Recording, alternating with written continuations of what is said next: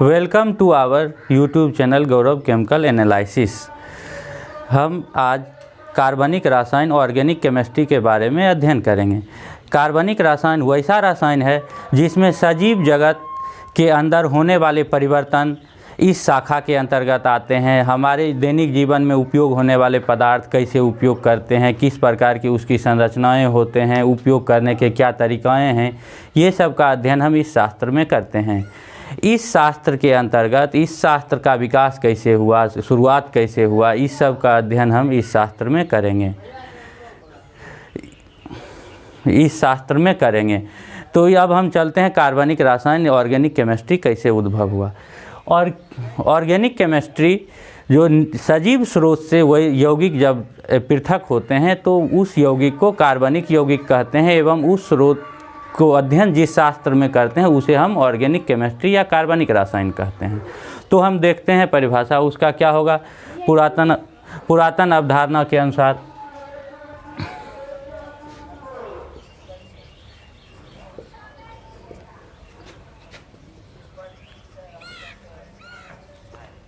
in old concept, compound isolated from living source is called organic compound and branch is organic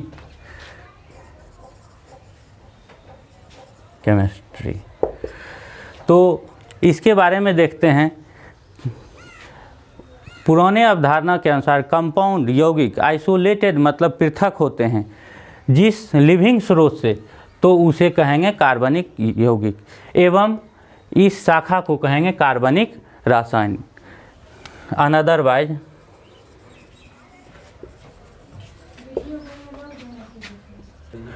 compound is called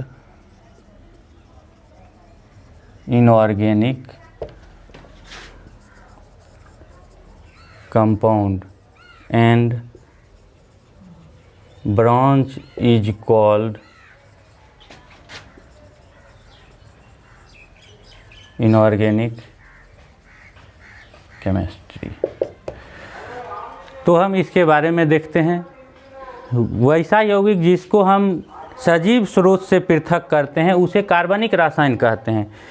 अनदरवाइज उसे हम दूसरे स्रोत से जब हम प्राप्त करते हैं तो उसे हम अकार्बनिक रसायन कहते हैं। जैसे हम देखते हैं फॉर एग्जांपल वाइन और स्प्रिट और अल्कोहल। वाइन शराब जिसका दूसरा नाम स्प्रिट या अल्कोहल है, इसे हम लिविंग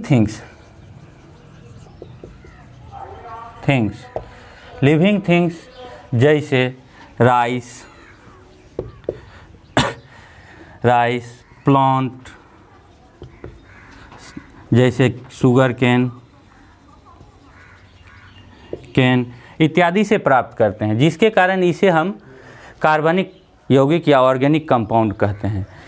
जैसे साइट्रिक एसिड जिसे हम नींबू से प्राप्त करते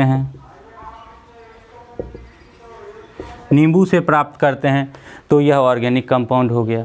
इसी प्रकार जब हम किसी को मिनरल से प्राप्त करते हैं, खदान से प्राप्त करते हैं, माइंस से प्राप्त करते हैं, तो उसे हम कहते हैं अकार्बनिक रसायन।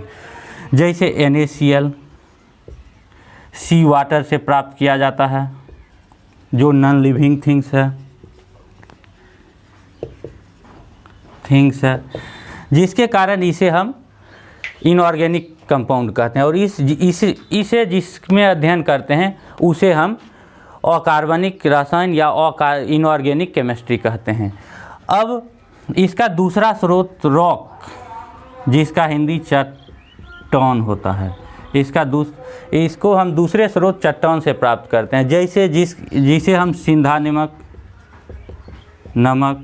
या साधारण नमक कहते हैं। जब हम चट्टान से प्राप्त करेंगे तो उसे सिंधा नमक कहेंगे, और जब हम सी वाटर से प्राप्त करेंगे तो उस नमक को साधारण नमक कहेंगे।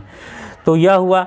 जिस प्रकार मार्बल्स होते हैं CaCO3, जिसे मार्बल्स कहते हैं, मार्बल्स, या इसे चूना कहते हैं, मार्बल्स या चूना कहते हैं, संगमरमर कहते हैं,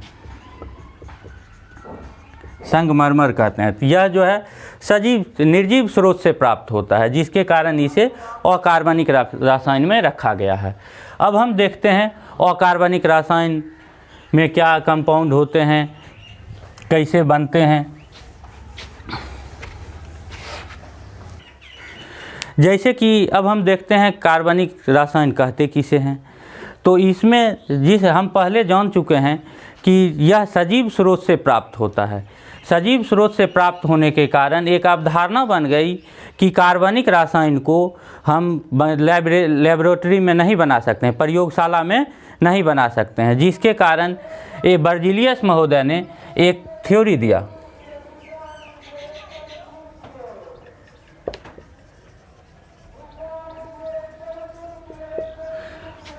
Berzelius says that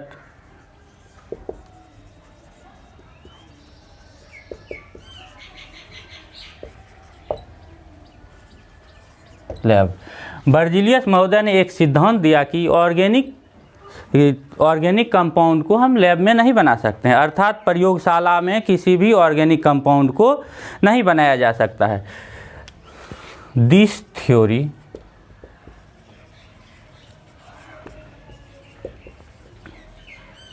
also known as vital force theory. इसी थ्योरी को वाइटल फोर्स थ्योरी कहा गया, जिसका हिंदी जैव शक्ति सिद्धांत होता है। अर्थात कोई ऐसे ईश्वरीय शक्ति हैं जो कार्बनिक यौगिक को बनाते हैं, जिसे हम और आप प्रयोगशाला में नहीं बना सकते हैं। तो अब इस सिद्धांत का विखंडन बोहलर महोदय ने किया। बोहलर महोदय ने यूरिया का सिंथेसिस संश्लेषण करके इस सिद्धांत को तोड़ा। तो अब हम देखते हैं यूरिया का सिंथेसिस।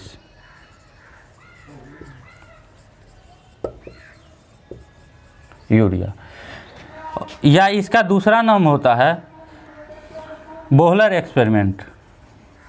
बोहलर एक्सपेरिमेंट्स, इसका दूसरा नाम होता है बोहलर्स एक्सपेरिमेंट। इस सिद्धांत में बोहलर महोदय ने अमोनियम सल्फेट को पोटासियम साइनेट के साथ ही स्ट्रांगली हीट किया, बहुत अधिक गर्म किया। तो उन्होंने पाए अमोनियम साइनेट प्राप्त होता है और पोटासियम सल्फेट अलग हो जाता है। यह चूँकि सॉलिड फॉर्म में रहता है, नीचे बैठ जाता है। इसका कलर येलो होता है, येलो।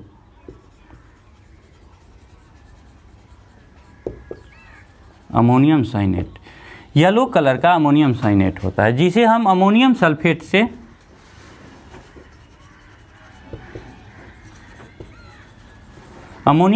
से प्राप्त करते हैं।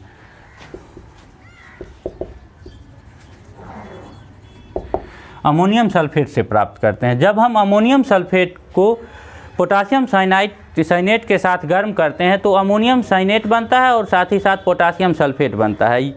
इससे अमोनियम सल्फेट पृथक हो जाता है। जब हम अमोनियम साइनेट को हीट करते हैं, अमोनियम साइनेट को हीट करते हैं तो इसका मॉलिक्यूलर रीअरेंजमेंट होता है।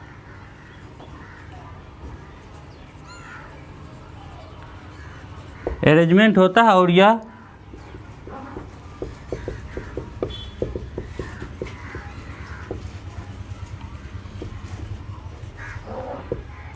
यूरिया का निर्माण करता है।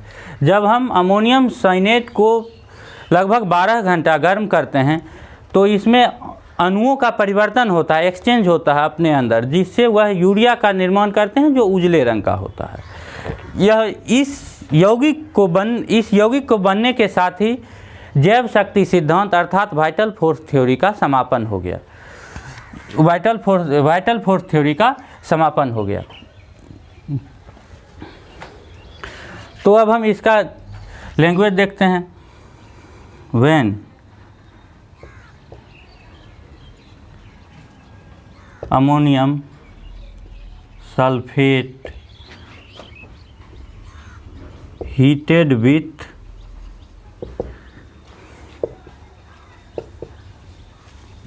potassium cyanate then form ammonium cyanate, and after strongly heating molecular arrangement occurs and first organic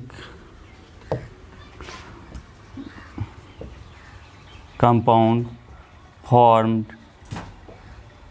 is called urea. तो अमोनियम सल्फेट को जब हम पोटासियम साइनेट के साथ गर्म किए तो अमोनियम साइनेट बना, जो बहुत ज़्यादा गर्म होने पर आणविक विस्थापन के द्वारा यूरिया का निर्माण किया, जिसका रंग उजला होता है। यह पहला कार्बनिक यौगिक हुआ। यह पहला कार्बनिक यौगिक हुआ। अब हम आगे अगले टॉपिक में अगला कार्बनिक यौगिक के बारे में गुणों का विश्लेषण करेंगे। अब यदि यह वीडियो अच्छा लगा हो तो शेयर करें, लाइक करें, सब्सक्राइब करें, और यदि कोई प्रॉब्लम हो तो हमारे चैनल पर कमेंट करें, जिसका उत्तर दिया जाएगा।